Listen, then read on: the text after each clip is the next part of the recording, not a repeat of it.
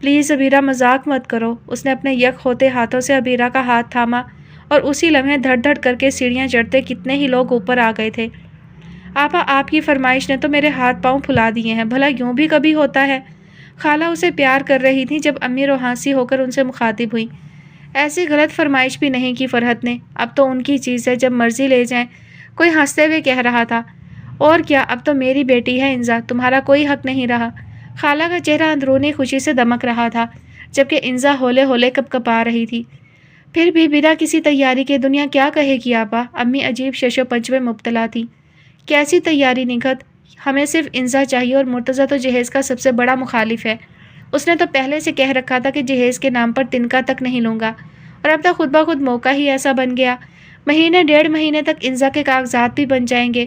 مرتضیٰ کہہ رہا تھا جب آدھا خرچہ کمپنی اٹھا رہی ہے تو پھر ہم آفر سے فائدہ کیوں نہ اٹھائیں؟ اور کیا آنٹی، مرتضیٰ بھائی بالکل ٹھیک کہہ رہے ہیں۔ وہ تو یہ بھی کہہ رہے تھے کہ اپنے پلے سے ہنی مون پر جانا پڑے تو زیادہ سے زیادہ کاغان ناران تک جا سکتا ہوں۔ اب تو انزا ماشاءاللہ دنیا گھومے گی۔ مرتضیٰ کی پھوپھی زاد بہن سائمہ بھی امی کو سمجھا رہی تھی، پھر بھی پہلے سے بات طے ہو جاتی تو ہم خود کو ذہنی طور پر تیار کر لیتے۔ قدسیہ چچی کی آواز بھی بھرائی ہوئی تھی، جبکہ وہ پھٹی پھٹی آنکھوں سے سب کو دیکھ رہی تھی۔ سماعت تک سب کے جملے تو پہنچ رہے تھے، مگر ذہن ان کا مفہوم سمجھنے سے قاصر تھا۔ بس مرتضیٰ کے کہے گئے الفاظ ذہن میں گونج رہے تھے۔ تمہیں یہی خوش فہمی تھی نا انزا بی بی؟ میں کچھ کر نہیں سکتا، یہ تو تمہیں کل ہی پتہ لگے گا کہ میں کیا کر سکتا ہوں۔ اچھا بس، جب عقیل راضی ہو گئے ہیں تو اب تم بھی ہنسی خوشی بیٹی کو ودا کرو، کسی رشتے کی خالہ نے امی کو ٹوکا تو گویا ابو بھی مان گئے۔ صدی کی سب سے حیران کن بات، ابیرہ نے اس کے کان میں گھس کر سرگوشی کی۔ اچھا چلو بھائی، آپ دلہن کو نیچے لے آؤ، رسمیں کرتے کرتے بھی تو وقت لگے گا، پہلے ہی اتنی رات ہو گئی ہے، سائمہ باجی نے کہا۔ ابیرہ اور بھابھی نے اس کا لہنگا سنبھالتے ہوئے اٹھنے میں مدد کی۔ اس کے حواس بالکل مختل ہو چکے تھے، کسی روبوٹ کی مانند وہ اٹھی تھی۔ پھر جب اسے اسٹیج پر مرتضیٰ کے پہلو میں بٹھایا گیا تب بھی اس کے جذبات میں کوئی روایتی ہلچل نہ مچی۔ ذہن معاف تھا، البتہ باقی سب لوگوں نے صورتحال کو خاصی خوش دلی سے قبول کر لیا تھا۔ ابیرہ خوب چہک رہی تھی، تاثیر، توحید سب نے خوب ہی رونق لگائی۔ فکرے بازی ہو رہی تھی، مرتضیٰ کو چھیڑا جا رہا تھا، کہے لگ رہے تھے، اور وہ سر جھکائے اپنے آپ کو یہ یقین دلانے میں مصروف تھی کہ جو کچھ ہو رہا ہے وہ خواب نہیں بلکہ حقیقت ہے۔ جانے کتنی دیر تک رسموں کا سلسلہ جاری رہا، پھر آخر کا رخصتی کا غلغلہ اٹھا۔ قدسیہ چچی نے چادر پہنائی، توفیق بھائی نے قرآن پاک تھاما، کس نے سر پر ہاتھ پھیرا، کون لپٹ کر ملا، اسے کچھ سمجھ میں نہیں آ رہا تھا۔ کیسی دلہن ہو، رسم کے طور پر ہی رو لو۔ توحید نے سر پر ہاتھ پھیرتے ہوئے شرارت سے سرگوشی کی۔ اس کی گود میں چڑھا بنٹی اس کی جانب ہمکنے لگا، اور پھر جانے کیا ہوا، اتنا اچانک اسے اپنا گھر چھوڑنا پڑ رہا تھا۔ امی، ابو، چچی، بھابھی، بھائی، ابیرہ، تاثیر، توحید، بنٹی، سب ہمیشہ کی طرح یہیں رہیں گے۔ چند گھنٹے پہلے تک اس کے وہم و گمان میں بھی نہ تھا کہ اس گھر سے یوں بوریا بستر سمیٹا جائے گا۔ منجمد احساسات پر سے کچھ برف پگھلی تو پھر ہچکی بند گئی۔ 10 منٹ کی ڈرائیو تھی خالہ کی گھر کی، اور 10 منٹ تک وہ دھواں دھار روتی رہی۔ پچھلی نشست پر خالہ اسے خود سے چمٹائے بیٹھی تھی اور مسلسل تسلی دلاسے دے رہی تھی۔ گھر پہنچ کر رسموں کا ایک نیا سلسلہ شروع ہوا۔ خالہ بہت خوش تھیں، ان کے تو پاؤں زمین پر نہیں ٹک رہے تھے۔ خالو بھی خوش تھے۔ انزا کے سر پر ہاتھ رکھ کر انہوں نے ڈھیروں دعائیں دی تھیں، اور پھر مرتضیٰ کی کزنز اسے بیڈ روم میں لے گئی تھیں۔ کچھ دیر تک مرتضیٰ کے نام سے چھیڑ چھاڑ کا سلسلہ جاری رہا، پھر خالہ کی مداخلت پر ہی سب نے اس کی جان بخشی کی تھی۔ قدموں کی چاپ پر اس کا جھکا ہوا سر مزید جھک گیا، دل میں موجود سب خدشات نئے سرے سے سر اٹھانے لگے۔ دماغ اب کچھ کام کرنے لگا تھا۔ کہاں نکاح سے قطعی انکاری اور کہاں اتنی فوری رخصتی، انتقام کے سوا کون سا لفظ مناسب ہو سکتا ہے؟ مرتضیٰ یقیناً اپنے ماں باپ اور میرے والدین کے دباؤ کی وجہ سے نکاح کے لیے تو راضی ہو گئے، مگر اب انہوں نے رخصتی کا شوشہ صرف اس لیے چھوڑا ہے کہ مجھے ٹیز کر سکیں۔ ہو سکتا ہے وہ اپنی کسی کولیگ میں انٹرسٹڈ ہوں، یا پھر یونیورسٹی فیلو کے عشق میں ابھی تک گرفتار ہوں۔ دلہن انہی خطوط پر سوچ رہی تھی، اور دل انجانے خوف سے دھڑک رہا تھا۔ تم جانتی ہو انزا، آج میں تمہیں پا کر کس قدر خوش ہوں۔ اپنی سماعتوں کے قریب مرتضیٰ کے مدھم لہجے پر اس نے بے یقینی سے سر اٹھا کر اسے دیکھا۔ طنز یا مذاق؟ اس نے مرتضیٰ کی آنکھوں میں کھوجنے کی کوشش کی، مگر ناکامی ہوئی۔ آئی ایم سوری یار، میں نے تمہیں بہت پریشان کیا۔ مجھے اندازہ ہے کہ تم اس سب کے لیے ذہنی طور پر بالکل تیار نہیں تھی، مگر یہ میری مجبوری تھی۔ اگر نکاح سے پہلے یہ تجویز زیر غور آتی تو شاید خالہ اور خالو اسے درخور اعتنا ہی نہ سمجھتے۔ ہاں، نکاح کے بعد میں اس پوزیشن میں تھا کہ ان سے یہ سب منوا لیا۔ وہ مسکراتے ہوئے بولا، کمپنی کی طرف سے یہ پیکیج چند روز پہلے ہی آیا ہے۔ ٹریننگ پر جانے والوں کو کپل ویزا آفر کیا تھا۔ آدھے سے زیادہ خرچہ کمپنی اٹھائے گی۔ اب اتنے شارٹ نوٹس پر کپل اسی طریقے سے بن سکتا تھا۔ اس کے لہجے میں شرارت تھی۔ 5 دن بعد میری فلائٹ ہے اور زیادہ سے زیادہ 1.5-2 مہینوں میں تمہارے سارے کاغذات مکمل ہو جائیں گے۔ میں نے تاثیر کو سارا پروسیس سمجھا دیا ہے۔ تمہیں مجھ پر اعتبار نہیں تھا نا، بس اسی لیے مانیٹرنگ کے لیے تمہیں بھی ساتھ لے جانے کا فیصلہ کیا ہے۔ مرتضیٰ کے کہنے پر اس نے تردید کرنے کے لیے سر اوپر اٹھایا۔ وہ شرارتی نظروں سے اسے ہی تک رہا تھا۔ اس نے سر مزید جھکا لیا۔ ویسے مجھے اندازہ تھا کہ تمہارے لیے یہ سب بالکل غیر متوقع ہوگا، اور پھر جب کل اتفاق سے تاثیر کے فون پر تمہاری آواز سنی تو سوچا چلو بہت پہلے نہ سہی، چند گھنٹے پہلے ہی تمہیں اعتماد میں لے لوں۔ یہ تمہید جو میں اب باندھ رہا ہوں یہ شاید تمہیں کل ہی بتا دیتا، مگر کیا کروں، تمہاری آواز سنتے ہی طبیعت مچل گئی۔ ویسے بائی دا وے، میری آواز سننے کے ساتھ ہی تمہاری گھگی کیوں بند جاتی ہے؟ میں نے تمہیں مذاق میں دھمکایا اور تم سچ مچ ڈر گئیں۔ یار، کم از کم میری پوری بات تو سن لیتی۔ میں پھر گھنٹے تک ٹرائی کرتا رہا، مگر تم نے موبائل ہی آف کر دیا تھا۔ مرتضیٰ نے صفائی دی کہ آج پوری رات میں ہی بولتا رہوں گا، تم بھی تو کچھ بولو، چاہے شکوہ ہی کر لو۔ وہ مسکراتے ہوئے مخاطب تھا۔ انزا نے ذرا کی ذرا نظر اٹھا کر اسے دیکھا۔ کچھ کہنے کو لب کھولنا چاہے، مگر تذبذب کے آثار چہرے پر نمودار ہوئے تھے۔ کچھ کہے بنا دوبارہ سر جھکا لیا۔ بولو، کیا بات ہے؟ مرتضیٰ نے اس کی ٹھوڑی اوپر کرتے ہوئے پوچھا۔ مجھے بہت بھوک لگ رہی ہے۔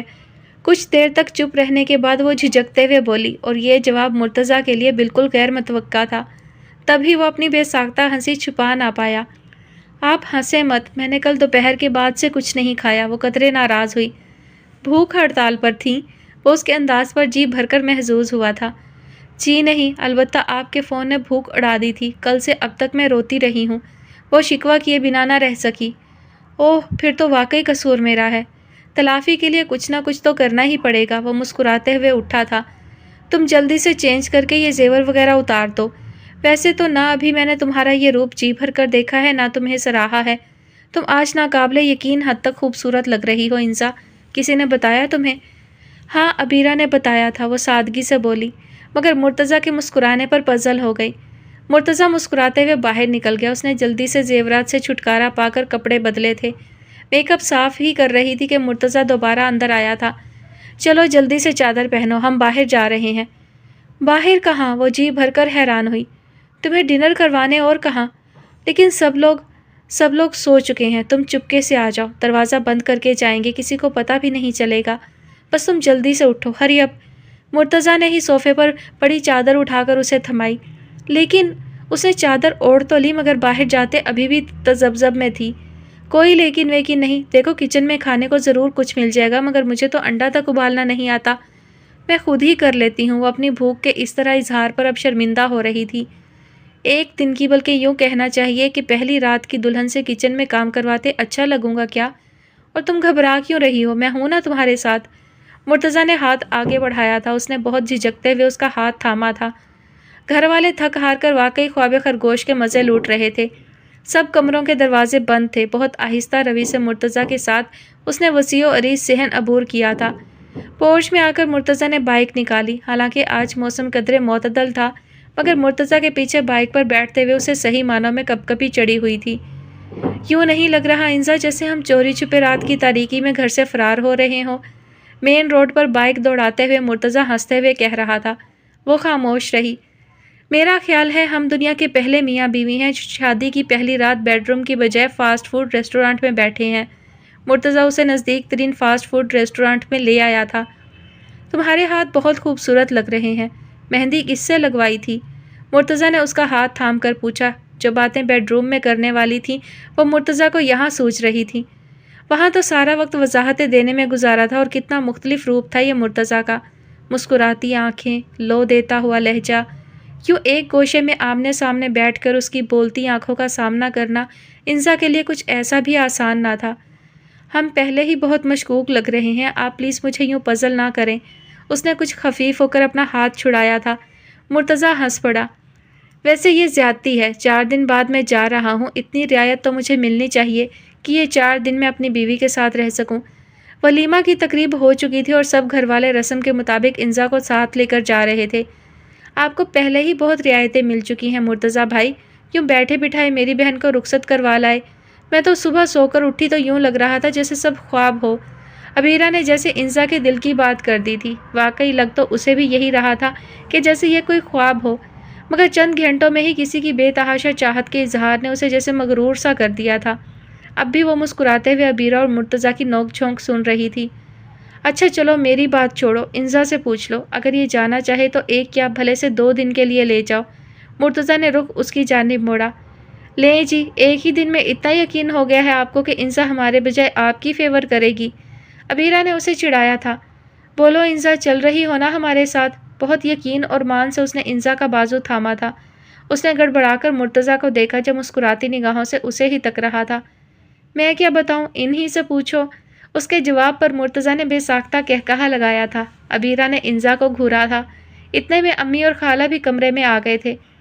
میں تو کہہ رہی تھی نگہت کہ آج انزا کو یہیں رہنے دیتی، کل صبح انزا اور مرتضیٰ دونوں آ جائیں گے۔ خالہ نے بھی وہی بات کی تھی۔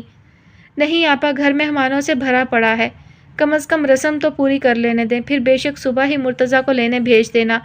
امی نے کہا تو خالہ نے مزید اصرار نہ کیا۔ اس نے نظریں بچا کر مرتضیٰ کو دیکھا۔ اس نے ہنستے ہوئے گردن کے اشارے سے ہاں کر دی تھی۔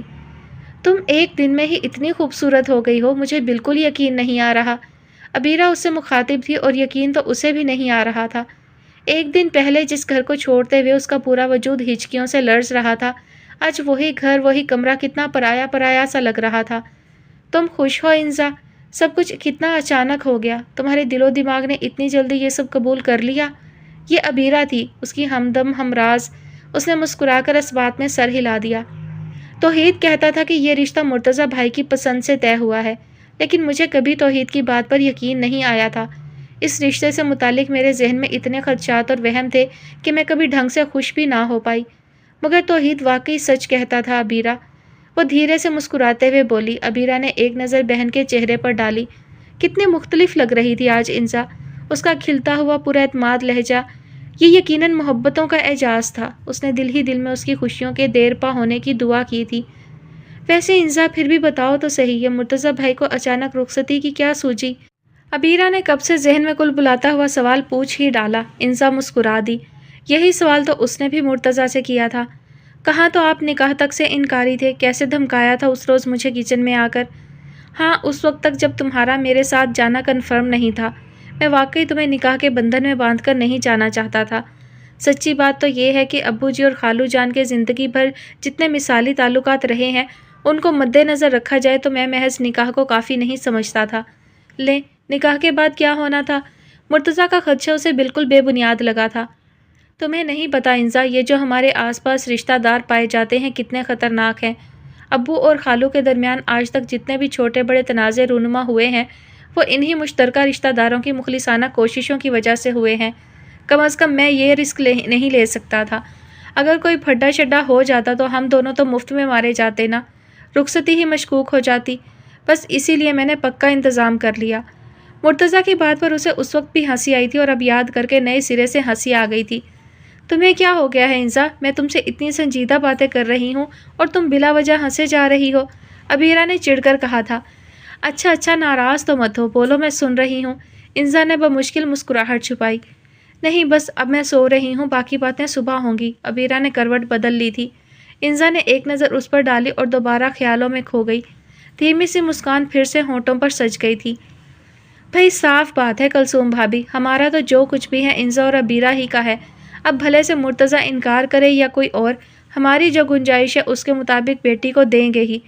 اب موقع گزر گیا، کپڑے لتے برتن فرنیچر نہ سہی، مگر میں نے اور انزا کے ابو نے سوچا ہے کہ کیش دے دیں گے۔ اپنا زیور تو میں نے اسی روز چڑھا دیا تھا، اپنی مرضی سے نئے ڈیزائن کا بنوا لے گی۔ ڈرائنگ روم اس وقت رشتہ دار خواتین سے بھرا پڑا تھا۔ عبیرہ سب کو چائے سرو کر رہی تھی۔ ہاں بھائی، کوئی اپنی بیٹی کو ایسے خالی ہاتھ تھوڑی رخصت کرتا ہے۔ وہ تو تم تھی جو ان کا مطالبہ تم نے پورا کر دیا۔ آصفہ آنٹی نے زوردار طریقے سے امی کی تائید کی تھی۔ کس کا مطالبہ پورا ہو گیا؟ ابو بھی اندر چلے آئے۔ احتشام بھائی کا مطالبہ اور کس کا؟ مگر سچی بات تو یہ ہے بھیا کہ دنیا دبنے والوں کو ہی دباتی ہے۔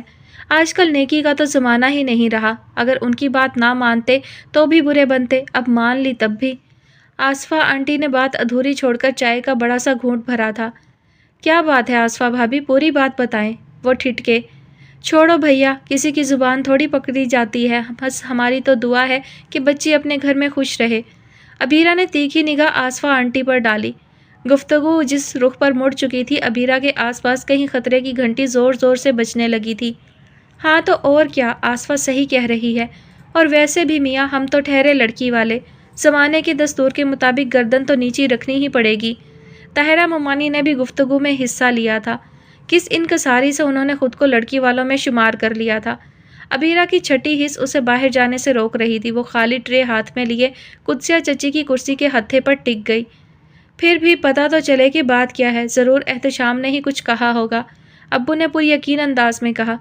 ارے چھوڑو عقیل، میرے منہ سے بات نکلی نہیں اور تم نے پکڑ لی۔ بھئی برے تو ہم ہی بنیں گے نا کہ یہاں کی بات وہاں لگا دی۔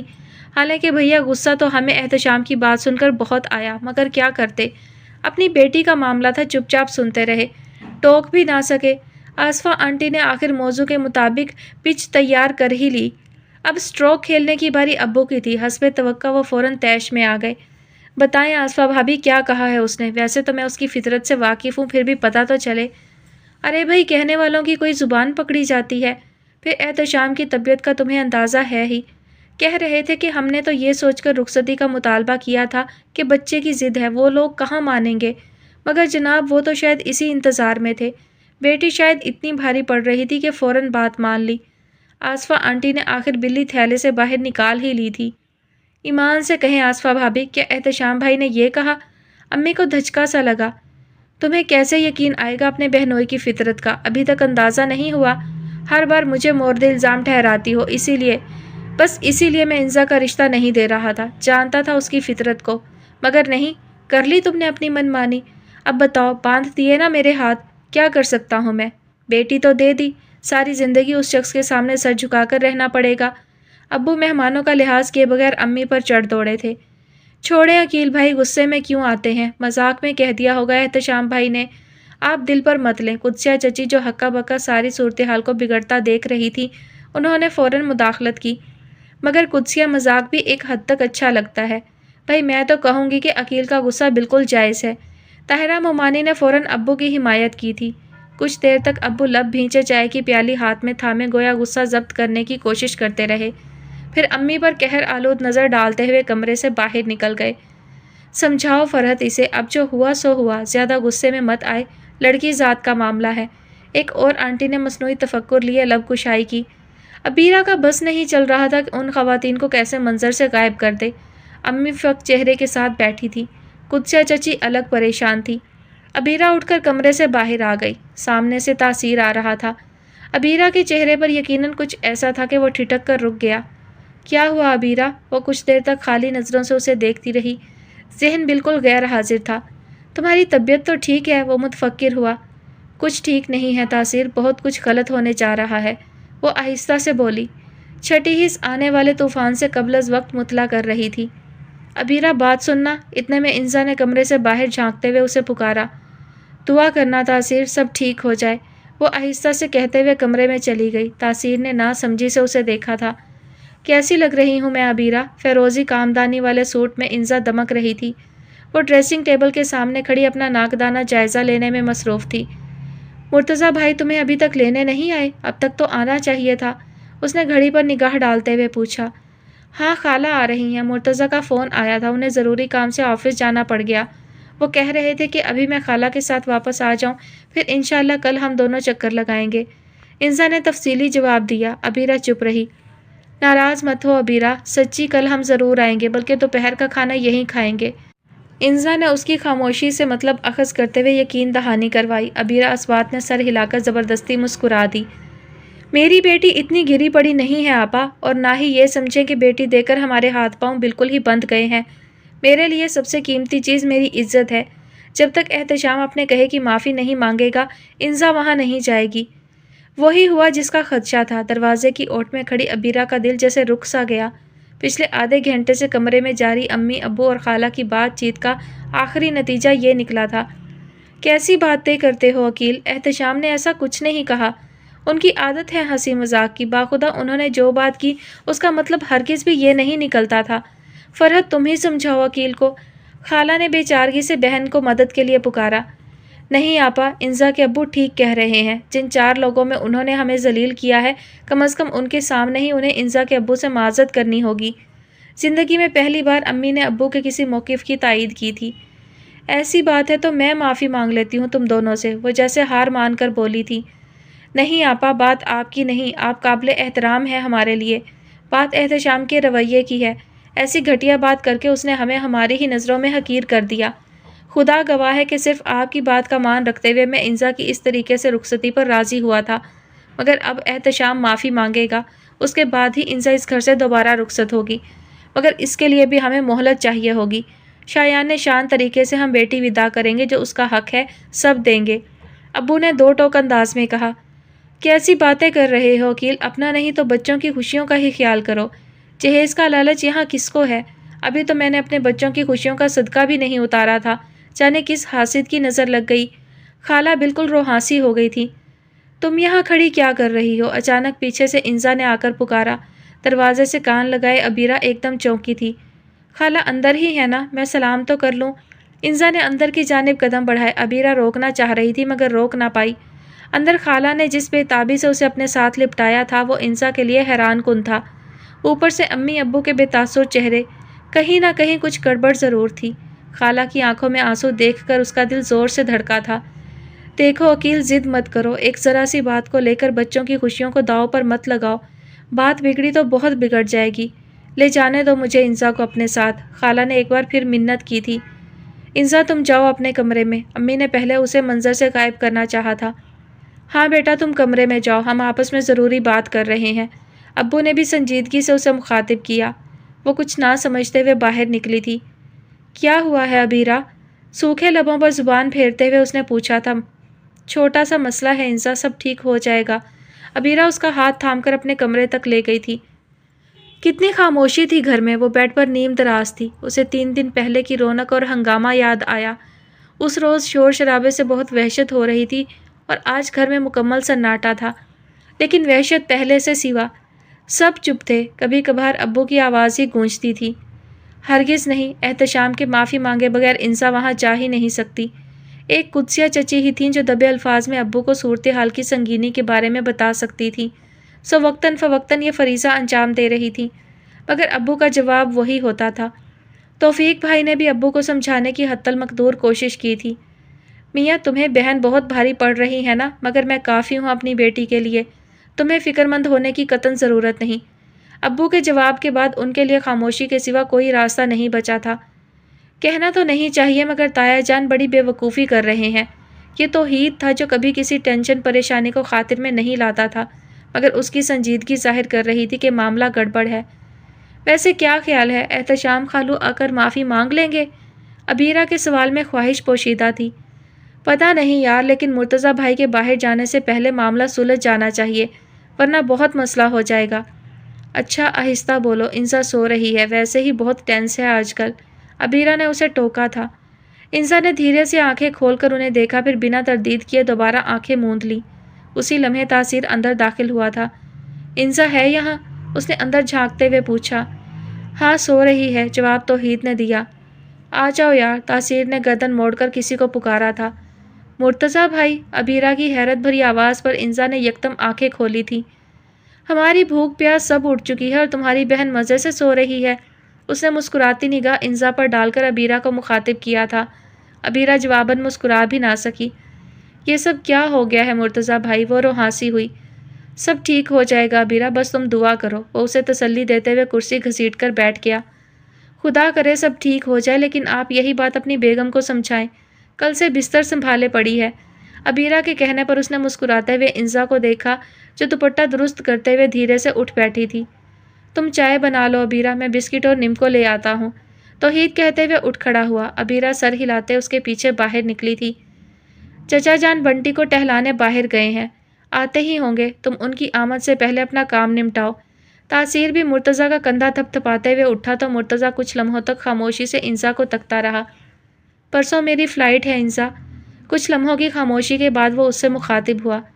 مجھے خدشہ تو تھا کہ خالو جان اور ابو کے تعلقات ہمارے رشتے پر اثر انداز ہو سکتے ہیں، مگر یہ سب اتنا جلد ہو جائے گا اس کا اندازہ نہیں تھا مجھے۔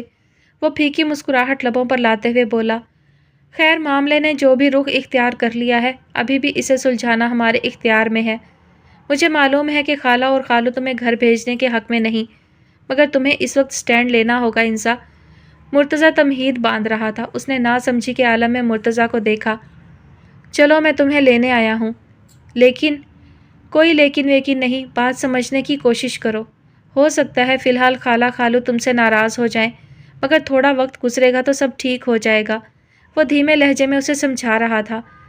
میں پرسوں جا رہا ہوں، اگر میرے پاس وقت ہوتا تو شاید میں تمہیں اس طرح اپنے ساتھ جانے پر مجبور نہ کرتا، معاملہ ٹھنڈا ہونے کا انتظار کر لیتا، مگر اصل مسئلہ تو یہی ہے کہ پاس وقت نہیں ہے۔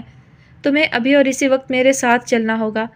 2-4 دن گزار کر امی کے ساتھ واپس آ جانا، پھر تمہاری مرضی ہوگی کہ 1.5-2 مہینے یہاں گزار لینا یا وہاں۔ اتنے میں تمہارے کاغذات بھی مکمل ہو جائیں گے۔ وہ دھیرے دھیرے اسے سمجھا رہا تھا۔ احتشام خالو کو ایسے نہیں کہنا چاہیے تھا، اس نے روحانسی ہو کر شکوہ کر ڈالا۔ مانتا ہوں انہیں ایسا نہیں کہنا چاہیے تھا، مگر شاید انہیں اندازہ بھی نہ ہو کہ ان کی بظاہر ہنسی مذاق اور عام سے انداز میں کی جانے والی بات سے اتنا بڑا ہنگامہ کھڑا ہو جائے گا۔ خیر میرا مقصد انہیں بری الذمہ قرار دینا نہیں ہے، بغیر سوچے سمجھنے بولنا ان کی عادت بن چکی ہے، مگر مسئلہ یہ ہے کہ اب اس بات کو انہوں نے بھی ناک کا مسئلہ بنا لیا ہے، اور خالو جان نے بھی۔ مرتضیٰ کے لہجے سے پریشانی جھلک رہی تھی۔ اسی لمحے امی اندر داخل ہوئی تھی۔ السلام علیکم خالہ۔ مرتضیٰ نے فوراً اٹھ کر سلام کیا۔ وعلیکم السلام۔ خیال آ گیا خالہ کا؟ امی کا لہجہ طنزیہ تھا۔ میں بس آ ہی رہا تھا۔ وہ ذرا شرمندہ ہوا۔ خالو جان کہاں ہے؟ میں انہیں بھی سلام کر لوں۔ آ رہے ہیں تمہارے خالو جان، بیٹھو تم، امی سنجیدگی سے کہہ کر خود بھی بیٹھ گئیں۔ ذرا دیر بعد ابو بھی اندر آ گئے۔ نہایت سنجیدگی سے سلام دعا کا تبادلہ ہوا تھا، پھر گہری خاموشی چھا گئی۔ ہاں میاں کہو، کیسے آنا ہوا؟ ذرا دیر بعد ابو نے سرد لہجے میں دریافت کیا۔ پرسوں میری فلائٹ ہے خالو جان، اس نے دھیمے لہجے میں بات شروع کی۔ ابو نے صرف ہنکارا بھرا تھا۔ میں انزا کو لینے آیا ہوں۔ حالانکہ میں نے آپا کو بتا دیا تھا کہ انزا صرف اس صورت میں وہاں جائے گی جب احتشام یہاں آ کر اپنی بات کی وضاحت دے گا۔ ابو نے اپنی دانست میں معذرت کی جگہ وضاحت کا لفظ استعمال کر کے بہت نرمی برتی تھی۔ پلیز خالو جان، آپ تو جانتے ہیں ابو کی عادت کو۔ پہلے تو وہ آنے کے متعلق سوچ بھی رہے تھے، مگر جب یہاں سے لوگوں نے وہاں جا کر آپ سے کچھ باتیں منسوب کر کے بتائیں، تب سے وہ بھی شدید غصے میں ہے۔ وہ کبھی نہیں آئیں گے۔ مرتضیٰ کے لہجے میں بے چارگی در آئی تھی۔ ہاں تو کوئی غلط بات تو نہیں کی میں نے؟ اگر وہ اپنی ہٹ کا پکا ہے تو مجھے بھی اپنی عزت عزیز ہے۔ بھاری نہیں ہے ہمیں ہماری بیٹی، جا کر بتا دو اپنے باپ کو۔ ابو بھڑک اٹھے تھے۔ خالہ آپ ہی سمجھائیں خالو جان کو۔ اس نے مدد طلب نگاہوں سے فرحت بیگم کو دیکھا۔ یہ کیا سمجھائے گی؟ اسی کے کہنے سننے نے تو میری مت مار دی تھی۔ 2-3 اچھے رشتے آئے ہوئے تھے انزا کے، میں تو اس حق میں ہی نہیں تھا کہ تمہارے ساتھ اپنی بیٹی کی شادی کروں۔ احتشام کی خصلت کا اندازہ تھا مجھے۔ ابو شدید اشتعال میں تھے۔ یہ آپ کو پہلے سوچنا چاہیے تھا خالو جان۔ انکار کرنا آپ کا حق تھا، مگر آپ نے وہ حق استعمال نہیں کیا۔ اب آپ شرعی اور قانونی طور پر انزا پر کوئی حق نہیں رکھتے۔ انزا میری بیوی ہے اور میں اسے لینے آیا ہوں۔ خالہ کہتی تھیں کہ مرتضیٰ کا مزاج بہت گرم ہے، شاید وہ ٹھیک ہی کہتی تھیں۔ انزا نے بے بسی سے پہلے باپ اور پھر شوہر کو دیکھا۔ میاں حقوق و فرائض کا سبق کسی اور کو پڑھانا، انزا کی مرضی کے بغیر تم اسے یہاں سے ہرگز نہیں لے کر جا سکتے۔ بے فکر رہیں، میں انزا کو اس کی مرضی سے ہی لے کر جا رہا ہوں۔ چلو انزا جلدی سے تیار ہو جاؤ۔ اس نے سرد انداز میں انہیں جواب دیتے ہوئے مخاطب کیا۔ وہ ہکا بکا اس کی صورت دیکھنے لگی۔ میری بیٹی کو پریشرائز کرنے کی ضرورت نہیں، تم اس کے ساتھ کوئی زبردستی نہیں کر سکتے۔ پریشرائز میں نہیں آپ کر رہے ہیں۔ انزا اپنی رضامندی اور خوشی سے میرے ساتھ جا رہی ہے۔ ٹھیک ہے، اگر ایسی بات ہے تو انزا شوق سے جائے، مگر یہ ذہن میں رکھے کہ پھر میرے جیتے جی اس گھر میں دوبارہ قدم نہیں رکھ پائے گی۔ ابو دو ٹوک انداز میں کہتے ہوئے کھڑے ہو گئے۔ چلو انزا۔ مرتضیٰ بھی اٹھ کھڑا ہوا۔ بہت پر یقین انداز میں اس نے اسے پکارا تھا۔ وہ خالی نگاہوں سے اسے تکنے لگی۔ چلے جاؤ میاں، میں تم سے زیادہ جانتا ہوں اپنی بیٹی کو۔ ابو کا لہجہ استہزائیہ تھا۔ انزا، اس نے دوبارہ اسے پکارا تھا۔ وہ بنا جواب دیے گھٹنوں میں سر دیے سسکنے لگی۔ چند لمحوں تک مرتضیٰ نے اس کے سر اٹھانے کا انتظار کیا، پھر لمبے لمبے ڈگ بھرتا ہوا کمرے سے باہر نکل گیا۔ مجھے سمجھ میں نہیں آ رہا کہ کیسے ماں باپ ہیں آپ لوگ۔ کچھ اندازہ ہے کہ آپ کی ضد کے کیا نتائج نکل سکتے ہیں؟ یہ عبیرہ تھی جو پچھلے 15 منٹ سے امی کے ساتھ الجھ رہی تھی۔ اور تم کیوں رو رہی ہو؟ مرتضیٰ بھائی آئے تو تھے تمہیں لینے، کیوں نہیں چلی گئیں تم ان کے ساتھ؟ توپوں کا رخ اب سسکیاں بھرتی انزا کی جانب ہو گیا۔ اچھا چھوڑو، کیوں پریشان کر رہی ہو انزا کو؟ بھابی نے اسے ٹوکا۔ نہیں بھابی، امی ابو نے بہت زیادتی کی ہے مرتضیٰ بھائی کے ساتھ۔ خالہ آئیں تو انہیں مایوس لوٹایا۔ مرتضیٰ بھائی اس بات کو انا کا مسئلہ بنائے بغیر دوبارہ انزا کو لینے آئے۔ اس کے باوجود احتشام بھائی کو آنا چاہیے تھا۔ ساری برادری میں ناک کٹوا دی انہوں نے ہماری۔ امی نے تیزی سے عبیرہ کی بات کاٹی تھی۔ خدا کے لیے بس کریں امی، آپ کو بھی پتا ہے کہ خالو کا یہاں معافی مانگنے آنا ایک ناممکن کام تھا۔ ایسی شرط باندھ کر آپ کا خیال ہے انزا کا گھر بس جائے گا؟ مجھے کیا کہہ رہی ہو؟ اپنے باپ کی مزاج کا جیسے تمہیں علم نہیں۔ اگر اس موقع پر ساتھ نہ دیتی، زندگی بھر مجھے معاف نہ کرتے، اور میری ہمت اب ختم ہو گئی ہے۔ تمہارے باپ کی باتیں برداشت کرنے کا اب حوصلہ نہیں رہا مجھ میں۔ امی جیسے پھٹ پڑی، پھر دوپٹہ آنکھوں پر رکھ کر رونے لگی۔ ساری زندگی ابو سے لڑنے کی ہمت جوان رہی، اب اس موقع پر ہمت دم توڑ گئی۔ عبیرہ اب بھی بڑبڑا رہی تھی۔ اللہ کے لیے چپ ہو جاؤ عبیرہ، انزا چیخ پڑی۔ امی پلیز روئیں مت، آپ کا اور ابو کا کوئی دوش نہیں، یہ سب میری قسمت میں ہی لکھا تھا، اس نے امی کے کندھے پر سر رکھتے ہوئے کہا۔ عبیرہ ابھی بھی کچھ بڑبڑا رہی تھی۔ اس کی بڑبڑاہٹ سے بچنے کے لیے کان بند کرنا تو اختیار میں نہ تھا۔ ہاں آنکھیں موند سکتی تھی سو موند لیں، اور آنکھیں بند کرتے ہی دو گرم گرم آنسو گال پر پھسل گئے تھے۔ ہائے ہائے، ابھی تو بچی کی مہندی کا رنگ بھی نہیں اترا اور یوں گھر آ کر بیٹھ گئی۔ وہ برآمدے میں بچھے تخت پر بنٹی کو تھپک تھپک کر سلا رہی تھی جب امی کے کمرے سے نکلتی دو خواتین میں سے ایک نے تبصرہ کیا۔ اللہ جانے کون تھیں وہ، صبح سے شام تک رشتہ دار خواتین کا تانتا ہی بندھا رہتا تھا۔ اظہار افسوس کرنے کے بعد کرید کرید کر باتیں پوچھی جاتی۔ اکثریت ان کی ہوتی تھی جو یہاں سے سنگل لینے کے بعد خالہ کے گھر کا رخ کرتی، سو ادھر سے ادھر باتوں اور خبروں کا یہ دو طرفہ ٹریفک جاری و ساری تھا۔ اب تو جانے کب یہ مسئلہ حل ہو۔ مرتضیٰ تو چلا گیا، سنا ہے 1.5 سال سے پہلے واپس نہیں آئے گا، دوسری خاتون نے ساتھ چلتے ہوئے سرگوشی کی۔ مرتضیٰ چلا گیا، ان خواتین کے جانے کے بعد بھی کتنی دیر تک یہ فکرہ کانوں میں گونجتا رہا۔ حالانکہ یہ انکشاف نہیں تھا، مرتضیٰ نے تو جانا ہی تھا، یہ تو طے شدہ بات تھی، پھر بھی دل میں موہوم سی آس ڈیرا جمائے بیٹھی تھی، مگر اب یوں لگ رہا تھا جیسے کسی نے دل مٹھی میں لے کر مسل دیا ہو۔ کتنی ہی دیر تک وہ سر جھکائے بیٹھی رہی۔ انزا، بھابی جانے کب آئی تھی؟ کھانا کھا لو گڑیا، انہوں نے محبت سے مخاطب کیا تو وہ چپ چاپ اٹھ گئی۔ تمہیں پتہ ہے انزا، مجھے تم سے محبت کب ہوئی؟ رات کو تکیے پر سر رکھتے ہی کوئی سرگوشی میں پوچھتا۔ 1.5-2 دن کی رفاقت اور نہ ختم ہونے والی یادیں، کروٹیں بدلتے بدلتے بدن دکھنے لگتا۔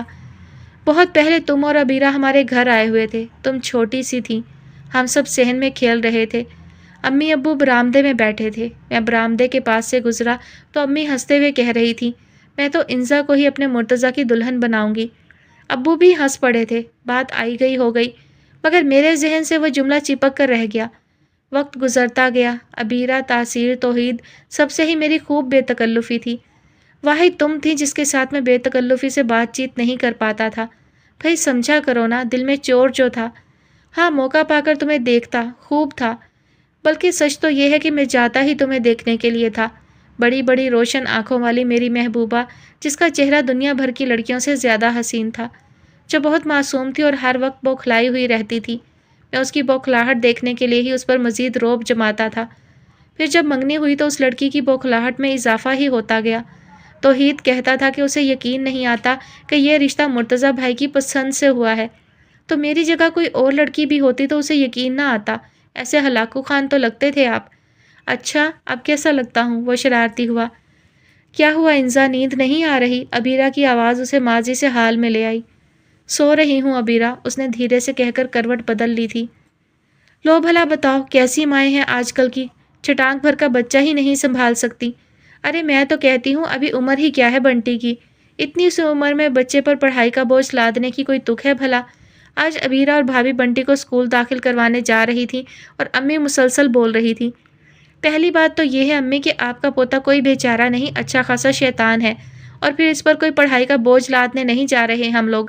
ابھی صرف پلے گروپ میں ایڈمیشن دلوائیں گے، 2-4 گھنٹے کھیل کود میں گزار کر واپس آ جایا کرے گا۔ امی کو چپ کروانے کا فریضہ حسب معمول ابیرہ کو سر انجام دینا پڑا تھا۔ تمہارے دماغ تو نہیں چل گیا ابیرہ؟ مجھ سے پوچھے بغیر تم نے اتنا بڑا فیصلہ کر لیا؟